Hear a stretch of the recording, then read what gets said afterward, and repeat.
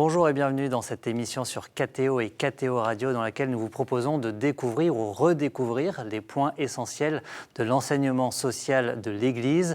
Et nous le faisons avec nos experts et nos témoins chaque semaine. Et nous recevons cette semaine Nicolas Masson. Bonjour. Vous êtes responsable de la formation à la doctrine sociale de l'Église, notamment dans le monde de l'entreprise, au sein du mouvement des entrepreneurs et dirigeants chrétiens, les EDC.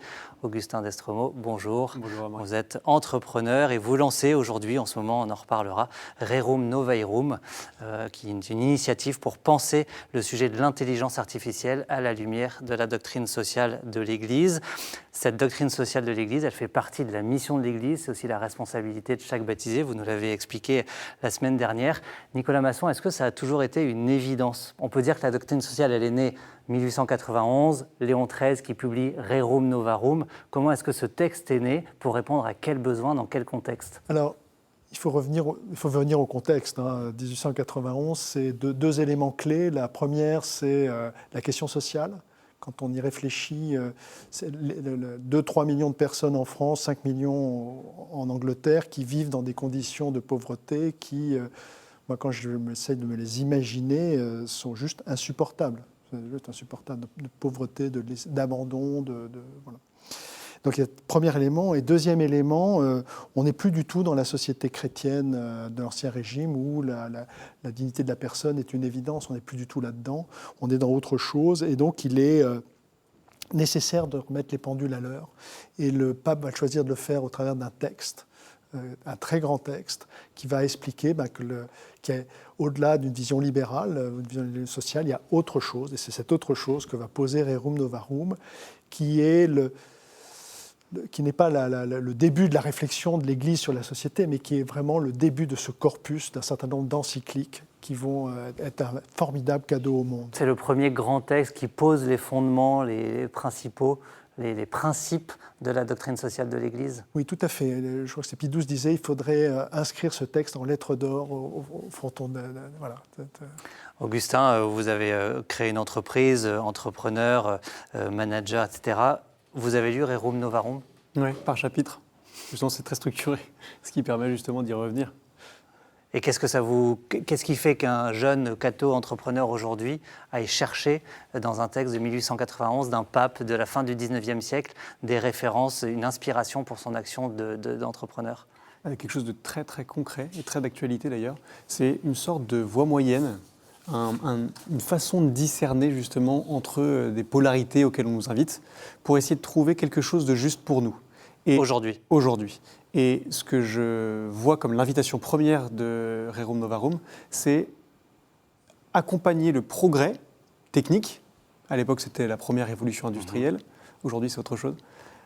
Et la justice sociale, la manière dont on prend soin du lien entre les hommes et de tous les hommes.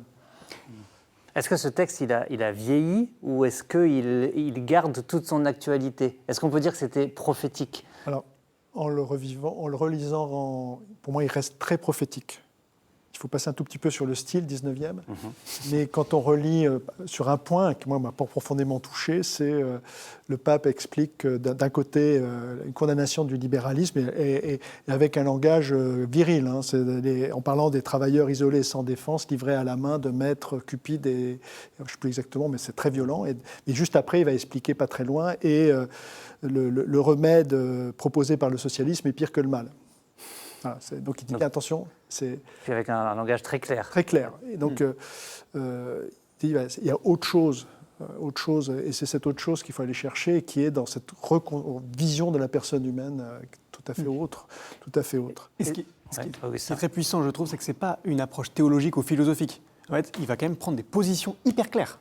Alors, Pape François l'a fait aussi sur plein de sujets après, et plusieurs papes, mais là, dès Rerum Novarum, il va dire « j'encourage la création de syndicats ». Je pense qu'il est bon qu'il y ait une limitation du temps de travail. Parce que toutes les structures, on va dire, traditionnelles qui organisaient la société avaient un peu explosé dans le cadre de la révolution industrielle. Il fallait inviter à repenser cette organisation-là. Alors, sous l'Ancien Régime, il y a eu il y avait toute organisation de corporations et de structuration qui permettait de protéger les personnes.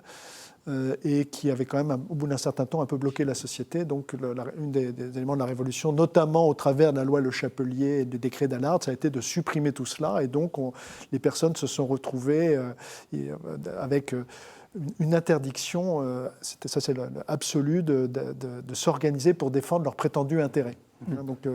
Donc chacun était en fait seul face aux autres. Et donc, moi j'aime bien dire dans ces cas-là, en fait on était dans une société où le renard était libre dans un poulailler libre. Vous voyez, donc il y avait effectivement une vision qui était assez fausse et très problématique des relations entre les personnes. Et aujourd'hui, Augustin, par rapport à votre expérience comme entrepreneur, ça vous inspire, vous faites des parallèles entre ce texte-là, un petit peu fondateur, sans doute d'autres aussi qui ont suivi, on va en parler, et certaines questions que vous vous posez? Oui, parce qu'à l'époque, ce qui s'est passé, c'est qu'il y a eu une réaction, il y a eu une réponse. En fait, ce Rerum Novarum, pour moi, c'est comme un appel en fait, du pape à dire « Écoutez, je commence à réfléchir à quelque chose, voilà ce qui nous semble juste. Pour autant, il va falloir que vous concrétisiez les choses sur le terrain. » Et à ce moment-là, il y a des gars comme Philippe Herbreau, comme Léon Harmel, qui en fait ont proposé ce qu'on a appelé un peu plus tard, je crois, les entrepreneurs sociaux du Nord, qui ont été des Français qui en fait ont, de leur propre chef, de leur propre gré, organisé ce qui s'est appelé ensuite des mutuelles, ce qui s'est appelé les congés payés, enfin tout ce qui est permis en fait aux travailleurs d'avoir une façon de vivre qui soit beaucoup plus digne et agréable. Vous avez évoqué le fait de quelques figures françaises. Nicolas, cette doctrine sociale qui naît avec Rerum Novarum et qui ensuite se déploie dans d'autres textes, elle suscite aussi des engagements de chrétiens dans le monde entier, dans d'autres réalités géographiques? Oui, alors je compléterai un tout petit peu sur Rerum Novarum, c'est-à-dire qu'il y a aussi tous les pays de l'Est et l'Allemagne. Il y a des réflexions, et en Angleterre, il y a et je pense qu'on peut être très fier de ce qui a été fait. Alors, je peux être très fier de ce qui a été fait et de ce souci de repenser la société au travers de ces œuvres concrètes qui ont été mises en œuvre. Quels sont s'il y avait quelques autres grands textes qu'on pourrait citer comme référence pour avancer un peu dans la chronologie? Alors, le choix des textes, c'est toujours. Alors, les textes sont toujours par rapport à des situations. Donc, ça permet aussi de comprendre, au travers des grands textes, l'évolution de la société.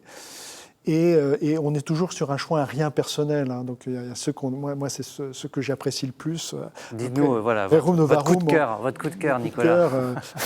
Donc, il y a Quadragesimo Anno, 1931, donc c'est après, 40 ans après, avec les deux textes qui vont condamner d'un côté le nazisme et de l'autre le communisme, à 5 jours près. Donc, c'est des textes où on va rappeler vraiment et approfondir la question de la subsidiarité par rapport à l'émergence des fascismes et des totalitarismes.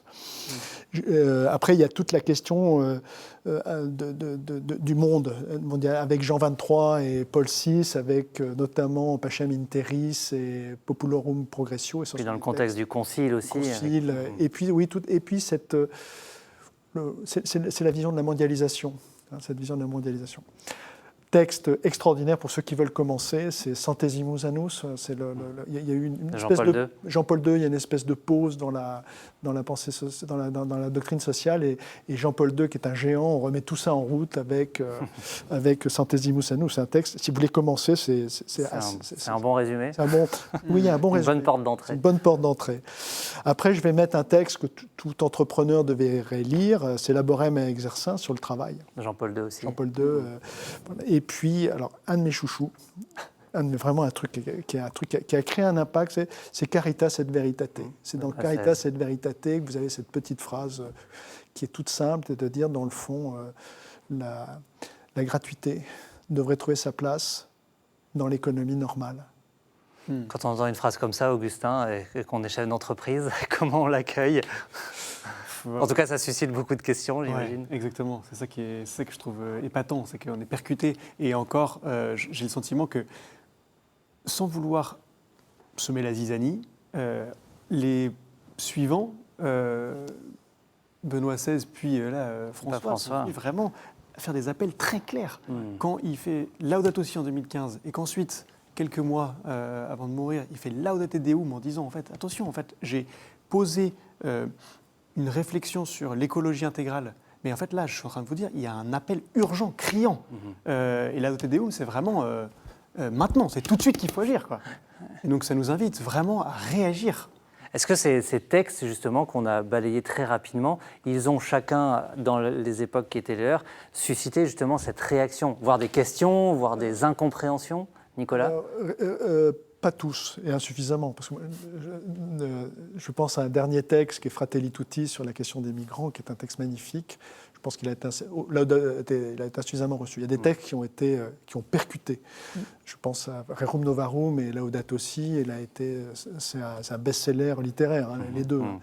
Mais il y en a, le Caritas et Veritate, beaucoup plus discret, mais peut-être largement autant d'impact. Cette réintroduction du don, de la charité dans l'économie, c'est vraiment une toute petite phrase. D'ailleurs, même certains disaient, mais je me souviens d'un dirigeant qui disait, mais le pape, c'était Benoît XVI, c'est très bien qu'il s'occupe de philosophie et de théologie, mais là, en économie, il faut quand même qu'on lui explique la gratuité. Voilà. Et alors aujourd'hui, là, on a un pape, c'est Léon XIV, qui a dit lui-même, en référence directe à Léon XIII, il a évoqué dès le début de son pontificat la doctrine sociale de l'Église. C'est inspirant, c'est réjouissant pour vous par rapport à ce sujet et vos engagements, Augustin? Oui, pour moi, c'est vraiment un appel très clair à se saisir des enjeux de notre temps. Bien sûr, comme c'est un nouveau pape, qu'il est mathématicien en plus, qui connaît bien les sujets d'intelligence artificielle, forcément, ça donne une actualité encore plus grande à ces sujets-là, en disant vraiment, les chrétiens ont des choses à dire là-dessus, et pas des choses à dire juste pour être militants. Au contraire, c'est qu'on a une richesse de toute cette tradition, tous ces enseignements, et évidemment de l'action de l'Esprit Saint, qui peut être bonne pour le monde. Là où le monde se pose un peu des questions, se demande un peu à quelle sauce on va être mangé, à qui se fier, vraiment, il y a quelque chose de très bon à aller proposer ici. Et je pense que Léon XIV va avoir une crédibilité très largement au-delà du monde chrétien, et que c'est très bon, en fait, que le monde l'écoute. Nicolas, en quelques secondes sur Léon XIV. Il y a une invitation qui est dans ce sens. Il a fait une conférence qui m'a beaucoup touché à la Fondation Centesimus Annus, où il expliquait que la doctrine sociale, c'est un outil de dialogue avec le monde. J'ai trouvé que c'était extrêmement juste, et ça donne une responsabilité de se dire, dans le fond, on a ce trésor, et qu'est-ce qu'on fait pour en discuter avec le monde? Dialogue avec le monde au service de la paix et de la fraternité. Merci beaucoup, Nicolas Masson, responsable de la formation à la doctrine sociale de l'Église aux entrepreneurs et dirigeants chrétiens, et Augustin Destremaux, entrepreneur et co-initiateur de Rerum Novarum. On peut retrouver, bien sûr, cette émission sur ktotv.com et ktoradio.com.